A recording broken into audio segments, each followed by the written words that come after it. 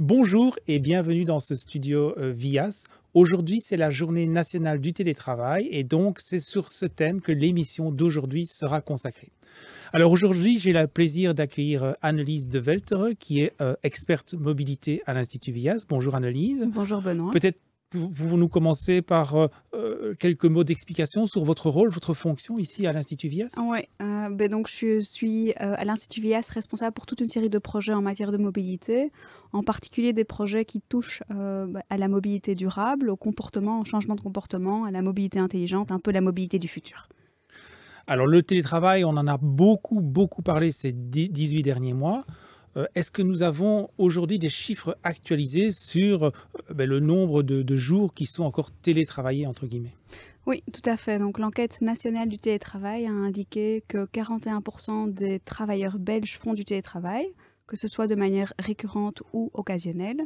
Alors c'est moins que ce qu'on observait pendant la période Covid, en soi c'est logique, mais ça reste supérieur à ce qu'on observait en période pré-Covid. Donc on observe plus ou moins une croissance de 20% entre début 2020 et aujourd'hui.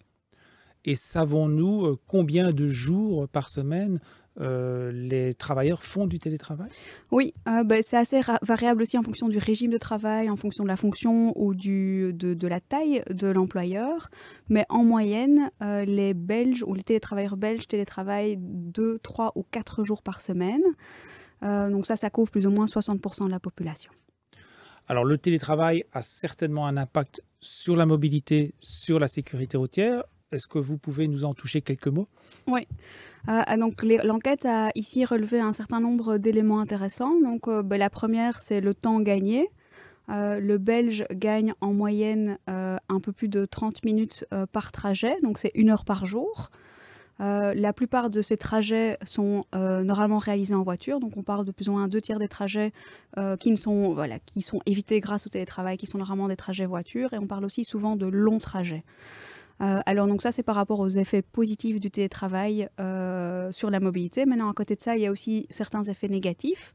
Le télétravail génère des déplacements, en tout cas des déplacements supplémentaires, des déplacements qui n'auraient pas eu lieu en cas de journée classique au travail. Maintenant, pour la plupart, ce sont des trajets qui sont plus courts et plus étalés dans le temps, donc on ne parle pas de déplacements aux heures de pointe. C'est souvent des trajets pour aller faire des courses ou pour aller faire du sport. Par contre, ce qui est interpellant, c'est que 25% de ces trajets restent et sont toujours réalisés en voiture. Donc vous l'avez dit, le télétravail a un impact sur la mobilité, mais il a également un impact sur l'organisation du travail. Oui, tout à fait. En fait, on voit au travers aussi de l'enquête et du retour des télétravailleurs qu'on va probablement évoluer vers une forme hybride de télétravail. Donc une combinaison d'un certain nombre de jours de travail au bureau et un certain nombre de jours de travail à la maison. Ça aura des conséquences sur la manière dont on va consommer nos infrastructures, tant au bureau, que ce soit le bureau en soi ou le parking, mais aussi à la maison. Alors peut-être une illustration concrète. La principale raison avancée par les télétravailleurs pour revenir au bureau, c'est le manque de contact social. A contrario, les employeurs observent une réduction de leur taux d'occupation. Ça signifie qu'il va y avoir de l'espace peut-être à repenser au sein des immeubles de bureaux, au sein des bureaux en tant que tels. Alors les questions qui sont sous-jacentes, c'est quels sont les espaces qui doivent être aménagés, quel est l'aménagement idéal de l'espace pour activer le rôle social du bureau. Si le rôle social du bureau est mis en avant, comment assurer que tout le monde ne vienne pas tous les jours ou les mêmes jours au bureau. En matière de mobilité, c'est important. Quand on pense au parking, le point d'attention, évidemment, moins d'occupation bureau signifie aussi moins d'occupation parking. Il y aurait un lien vraiment direct entre la mise à disposition d'un parking gratuit auprès de l'employeur et le mode de transport choisi pour s'y rendre. Voilà, comment est-ce qu'on peut, quelles sont les actions que les employeurs peuvent prendre pour contrer ce risque-là? Est-ce qu'il faut mettre en place une parking policy?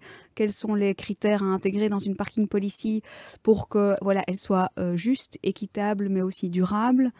Voilà, c'est toute une série de questions auxquelles les employeurs sont et même les travailleurs sont aujourd'hui et seront aussi dans les prochaines semaines, mois, années confrontés et qui restent importants à trancher. Donc, Ce sont ça les défis des prochains mois pour les entreprises. oui, notamment. Et voilà, donc je vous invite toujours à aller sur le site télétravailler.be pour avoir plus d'informations justement sur ces défis et sur voilà, les outils justement qui peuvent être mis en place pour éveiller certaines questions et certaines réponses à ces sujets-là. Alors, le site Télétravailler existe depuis plusieurs années. Est-ce qu'il y a des nouveautés? Alors oui, donc on a développé un petit module qui permet à tout un chacun de définir son profil de télétravail et se comparer par rapport à, voilà, à ce qui se fait d'habitude. Donc quelques conseils aussi à prendre. Alors, on le sait, ces derniers jours, on a revu en fait les embouteillages et on peut se poser la question de la manière dont le télétravail va évoluer au cours des prochaines années. Est-ce qu'il va être encore aussi efficace, par exemple? Ouais, donc c'est en fait, c'est une très bonne question parce que ce qu'on voit aujourd'hui, sur les routes, ça correspond très bien à ce qu'on a vu dans l'enquête. Donc c'est cette fameuse dualité entre, les avantages et les inconvénients du télétravail. D'un côté, on veut gagner du temps, et d'un autre côté, beh, on veut ce contact social. Et en fait, il en ressort que, près de 40 des télétravailleurs déclarent aujourd'hui vouloir télétravailler moins. En soi, ça reste tout à fait logique et en ligne avec ce qu'on observe aussi aujourd'hui en entreprise. Et par contre, 25 des télétravailleurs mentionnent même vouloir revenir à temps plein au bureau. Et donc en fait, le défi dans les prochaines années, ce sera, même pas années, mais dans les prochains mois, c'est de pouvoir vraiment activer et actualiser cette forme de travail hybride, donc un peu télétravail et un peu de travail au bureau. Tout en tenant compte des aspects globaux et des défis globaux en matière de mobilité qui peuvent s'y associer. Je pense notamment à, voilà, quand on développe une politique de télétravail, c'est aussi la faire développer main dans la main avec une politique de gestion durable de la mobilité. S'il y a une délocalisation d'une entreprise pour, voilà, justement des raisons d'espace ou voilà, des travailleurs qui auraient envie d'aller habiter plus loin de leur lieu de travail, bah, c'est clairement des éléments pour lesquels, par exemple, il faut tenir compte de critères d'accessibilité comme un Mobiscore, par exemple. Ça peut en tout cas faire la différence pour faire pencher la balance impact télétravail, mobilité et sécurité routière positif. Mhm. Annelise, un grand merci, c'était intéressant. Donc voilà, merci d'avoir regardé cette émission consacrée au télétravail. N'oubliez pas d'aller consulter le site télétravailler.be et éventuellement de remplir les questions pour voir quel est votre profil de télétravailleur si ça vous concerne. Et je vous retrouve dans une prochaine émission du Studio Vias. Au revoir.